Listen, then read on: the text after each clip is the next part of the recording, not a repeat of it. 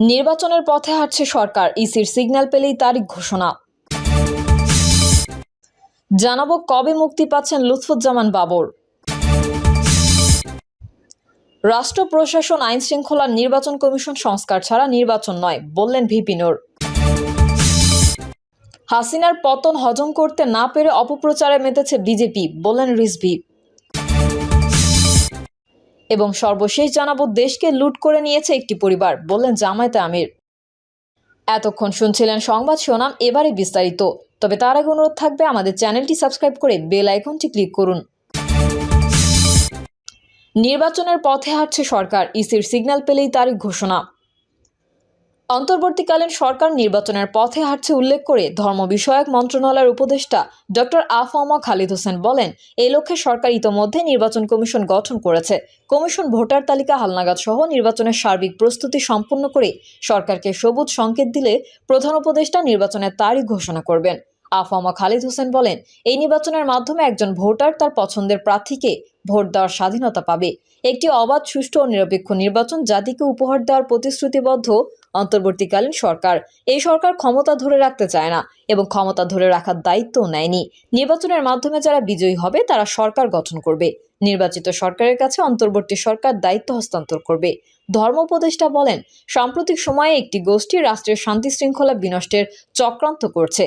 তাদের কোনো চক্রান্ত সরকার সফল হতে দেবে না। যারা রাষ্ট্রের শান্তি শৃঙ্খলা নষ্ট করতে চায় তাদের কোনো ছাড় দেওয়া হবে না।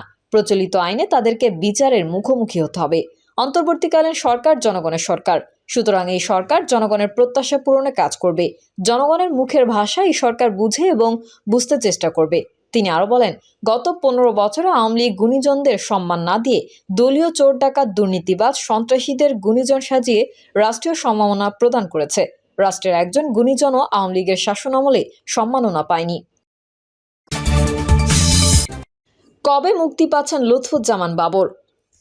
হাইকোর্টের রায়ে 21শে আগস্ট গ্রেনেড হামলার মামলায় বিএনপির ভারপ্রাপ্ত চেয়ারম্যান তারেক রহমানের সঙ্গে খালাস পেয়েছেন মৃত্যুদণ্ডপ্রাপ্ত সাবেক স্বরাষ্ট্র প্রতিমন্ত্রী লুৎফুজ্জামান বাবরও। এবার জনমনে প্রশ্ন উঠেছে, কবে মুক্তি পাচ্ছেন বাবর? তার উত্তরও মিলেছে ডিআইজি প্রিজন্সের কথায়। রোববার ঢাকা বিভাগের কারা উপমহাপরিদর্শক মোহাম্মদ জাহাঙ্গীর কবির জানান, সাবেক স্বরাষ্ট্র প্রতিমন্ত্রী লুৎফুজ্জামান বাবর 21শে আগস্ট গ্রেনেড হামলা মামলা থেকে খালাস পেলেও এখনই কারাগার থেকে বের হতে পারছে না। কারণ আরও কয়েকটি মামলায় সাজা ভোগ করছেন তিনি। মামলাগুলোর বিষয়ে তিনি বলেন, তার বিরুদ্ধে আরও 11টি মামলা রয়েছে। এই মামলাগুলোর মধ্যে 6টিতে সাজাপ্রাপ্ত আসামি তিনি। আরও 5টি মামলা বিচারাধীন। 21শে আগস্ট গ্রেনেড হামলার মামলায় তারেক রহমান ও বাবর সহ সব আসামিকে খালাস দিয়ে রোববার রায় ঘোষণা করেছেন হাইকোর্ট। বিএনপির ভারপ্রাপ্ত চেয়ারম্যান তারেক রহমান এই মুহূর্তে দেশের বাইরে অবস্থান করলেও সাবেক স্বরাষ্ট্র প্রতিমন্ত্রী লুৎফুজ্জামান বাবর কারাবন্দী আছেন ঢাকার কেরানীগঞ্জের কারাগারে। রোববারের রায় ঘোষণার পর আইনজীবী শিশির মনির বলেন, বিচারিক আদালতের রায়ে 49 জনকে সাজা দেওয়া হয়েছিল। সাবেক স্বরাষ্ট্র প্রতিমন্ত্রী লুৎফুজ্জামান বাবর সহ 19 জনকে মৃত্যুদণ্ড, বিএনপির ভারপ্রাপ্ত চেয়ারম্যান তারেক রহমান সহ 19 জনকে যাবজ্জীবন এবং বাকিদের বিভিন্ন মেয়াদে কারাদণ্ড দেওয়া হয়। কিন্তু বিচারিক আদালতের বিচারটা আইনের ভিত্তিতে হয়নি। কোনো সাক্ষীর সঙ্গে কোনো সাক্ষীর বক্তব্যে মিল নেই। শোনা সাক্ষ্যের উপর ভিত্তি করে রায় দেওয়া হয়েছিল। এই জন্য যে সাজা দেওয়া হয়েছে তাকে অবৈধ বলেছেন হাইকোর্ট। সেই সঙ্গে খালাস দিয়েছেন সব আসামিকে। রায়ের প্রতিক্রিয়ায় সাবেক স্বরাষ্ট্র প্রতিমন্ত্রী লুৎফুজ্জামান বাবরের স্ত্রী তাহমিনা জামান জানিয়েছেন, তারা ন্যায় বিচার পেয়েছেন। তিনি বলেন, আল্লাহর দিকে চেয়েছিলাম ন্যায় বিচারের জন্য, আল্লাহ ন্যায় বিচার দিয়েছেন, আমাদেরকে দয়া করেছেন। আল্লাহর দরবারে শুকরিয়া আদায় করছি। বাবরের ছেলে লাবিব ইবনে জামান বলেন, আলহামদুলিল্লাহ, ন্যায় বিচার চেয়েছিলাম, ন্যায় বিচার পেয়েছি। আশা করছি ইনশাল্লাহ আমার বাবাকে ফিরে পাবো। 2004 সালের 21শে আগস্ট বঙ্গবন্ধু অ্যাভিনিউয়ে আওয়ামী লীগের সমাবেশে ভয়াবহ গ্রেনেড হামলাটি চালানো হয়। অল্পের জন্য এই হামলা থেকে প্রাণে বেঁচে যান আওয়ামী লীগ সভাপতি ও তৎকালীন বিরোধী দলীয় নেত্রী শেখ হাসিনা। তবে হামলার আওয়ামী লীগের মহিলা বিষয়ক সম্পাদক, সাবেক রাষ্ট্রপতি প্রয়াত জিল্লুর রহমানের স্ত্রী আইভি রহমান সহ 24 জন নিহত হন।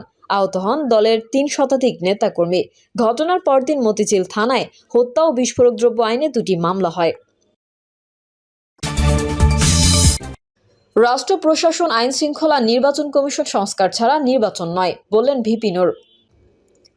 গণ অধিকার পরিষদের সভাপতি ও ডাকসুর সাবেক ভিপি নুরুল হক নূর বলেছেন, আগের রাষ্ট্র প্রশাসন, আইন শৃঙ্খলা, নির্বাচন কমিশন সংস্কার সহ জনগণের আকাঙ্ক্ষা পূর্ণ হওয়ার পরে নির্বাচনের কথা ভাবতে হবে।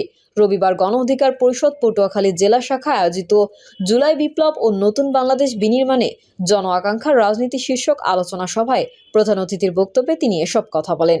ভিপি নূর বলেন, বর্তমান সরকার বাংলাদেশের ইতিহাসে সর্বোচ্চ জনসমর্থন পাওয়া সরকার।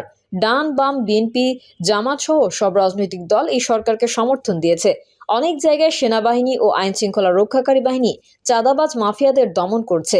তাদের ইনকাম বন্ধ হয়ে যাচ্ছে নিজেদের অবস্থান ধরে রাখতে। তারা দ্রুত নির্বাচন চায়, তাতে তড়িঘড়ি করে ক্ষমতায় বসে আবারও ফ্যাসিবাদ কায়েম করতে পারে। তিনি আরও বলেন, দ্রব্যমূল্য নিয়ন্ত্রণ হচ্ছে না, আইন শৃঙ্খলা পরিস্থিতির তেমন উন্নয়ন হয়নি, তাই জনগণের মধ্যে ক্ষোভ বাড়ছে। ফ্যাসিবাদ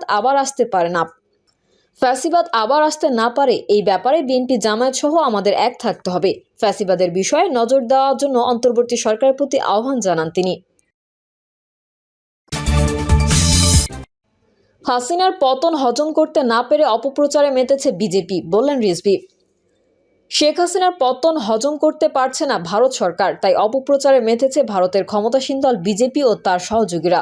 ভারতের এই আচরণ বাংলাদেশের অভ্যন্তরীণ বিষয়ে হস্তক্ষেপ এবং স্বাধীনতা সার্বভৌমত্বের বিরুদ্ধে হুমকি বলে অভিযোগ করেছেন বিএনপির জ্যেষ্ঠ যুগ্ম মহাসচিব রুহুল কবির রিজভী। রিজভী বলেন, ছাত্র জনতার রক্তাক্ত অভ্যুত্থানের মুখে শেখ হাসিনা ভারতে পালিয়ে যাওয়ার পরে দেশের শান্তির অভাবনীয় এক স্বর্ণদ্বার উন্মোচিত হয়েছে। কিন্তু শেখ হাসিনার পতন হজম করতে পারছে না ভারত সরকার। অতিমাত্রায় দাদাগিরি করার ফলে ভারতের সঙ্গে তার প্রত্যেক প্রতিবেশীর সম্পর্ক তলানিতে। বিগত 15 বছর হাসিনাকে সামনে রেখে ভারত বাংলাদেশকে কার্যত দখল করে নেওয়ার চেষ্টা করেছিল। তিনি বলেন, এখন বাংলাদেশকে আবার কিভাবে তাদের করতলে নেওয়া যায় সেই লক্ষ্যেই তারা নীল নকশা করছে। ভারতের সরকার মনে করে বাংলাদেশকে অষ্টম সিস্টার হিসেবে অন্তর্ভুক্ত করা গেলে তাদের 7 সিস্টার্স নিরাপদ থাকবে। একজন স্বৈরাচারের পতন নিয়ে কোনো দেশের এমন আহাজারি বিশ্বে বিরল। বাংলাদেশে ভারতের কতিপয় গণমাধ্যম বাংলাদেশের সংখ্যালঘু নির্যাতনের বানোয়াট গল্প প্রচার ও প্রোপাগান্ডা চালিয়ে সাম্প্রদায়িক উস্কানি দিয়ে চলেছে। তিনি বলেন, বাংলাদেশকে নিয়ে ভারতের বর্তমান বয়ান মিথ্যার ধোঁয়াজাল দিয়ে ঘেরা। বাংলাদেশের ভাবমূর্তিকে আন্তর্জাতিক অঙ্গনে নেতিবাচকভাবে চিত্রিত করার জন্য ভারত উঠে পড়ে লেগেছে। প্রতিদিন বাংলাদেশে কথিত সংখ্যালঘু নির্যাতন নিয়ে ভারত সরকার এবং উগ্রবাদী বিজেপির নেতারা বক্তব্য, বিবৃতি, হুঙ্কার এবং অভিযোগ করেই চলেছে। কলকাতায় আমাদের উপহাইকমিশনে উগ্রবাদী হিন্দুরা আক্রমণ চালিয়েছে। সাম্প্রদায়িক দাঙ্গা বাঁধাতে ভারতীয় গোয়েন্দারা আওয়ামী লীগ ও বিশেষ একটি ক্ষুদ্র গোষ্ঠীকে কিভাবে ব্যবহার করছে সেই পরিকল্পনার ছক প্রকাশ্যে এসেছে। তাদের যে কোনো ভিত্তি নেই তার প্রমাণ মিলেছে সম্প্রতি ভয়েস অফ আমেরিকার করা একটি জরিপে অংশগ্রহণকারী 64.1% মনে করেন আওয়ামী লীগ সরকারের আমলের চেয়ে অন্তর্বর্তী সরকার ধর্মীয় ও জাতিগত সংখ্যালঘু জনগোষ্ঠীকে বেশি নিরাপত্তা দিচ্ছে। একটি প্রতিবেদনের বরাত দিয়ে রিজভী বলেন, ভারতে 250টিরও বেশি গির্জা পুড়িয়ে দেওয়া হয়েছে, 200 জনেরও বেশি মানুষ নিহত হয়েছেন এবং 60,000-এরও বেশি মানুষ বাস্তুচ্যুত হয়েছে। ভারতের মুসলিম, খ্রিস্টান এবং শিখ সম্প্রদায় যৌথভাবে সাম্প্রদায়িকতার হুমকির সম্মুখীন। হিসাব করলে দেখা যাবে বিশ্বের সবচেয়ে বেশি সংখ্যালঘু নির্যাতনের শিকার হচ্ছে ভারতে। তারাই আবার বড় গলায় বলছে বাংলাদেশে নাকি সংখ্যালঘুরা নির্যাতনের শিকার হচ্ছে। এদিকে বিতর্কিত এক ধর্মীয় নেতা চন্দন কুমার ধর ওরফে চিন্ময় কৃষ্ণ দাস ব্রহ্মচারীর অনুসারী হিন্দু জঙ্গিরা তরুণ আইনজীবী সাইফুল ইসলামকে কুপিয়ে নৃশংসভাবে হত্যা করে আইন অমান্য করেছে, আদালত অবমাননা করেছে। ভারত সরকার এই বর্বরোচিত হত্যাকাণ্ডের প্রতিবাদ করেনি। বিএনপির এই মুখপাত্র বলেন, অন্তর্বর্তী সরকারের কেউ তাদের বক্তব্য, বিবৃতিতে আওয়ামী লীগ নিষিদ্ধ করতে বিএনপি প্রতিবন্ধক বলে অপপ্রচার বা প্রচার করছেন, যা সঠিক নয়। আওয়ামী লীগ নিষিদ্ধ করা না করার সিদ্ধান্ত নেওয়ার এখতিয়ার সরকারের। বিএনপির ওপর দায় চাপানো দুঃখজনক। প্রিয় দর্শক, এই ছিল এখনকার সর্বশেষ সংবাদ। আপডেট সহ সংবাদ পেতে চ্যানেলটি সাবস্ক্রাইব করে বেল আইকনটি ক্লিক করুন। কমেন্টে আপনার মতামত জানিয়ে আমাদের সাথেই থাকুন। ধন্যবাদ সবাইকে। আল্লাহ হাফেজ।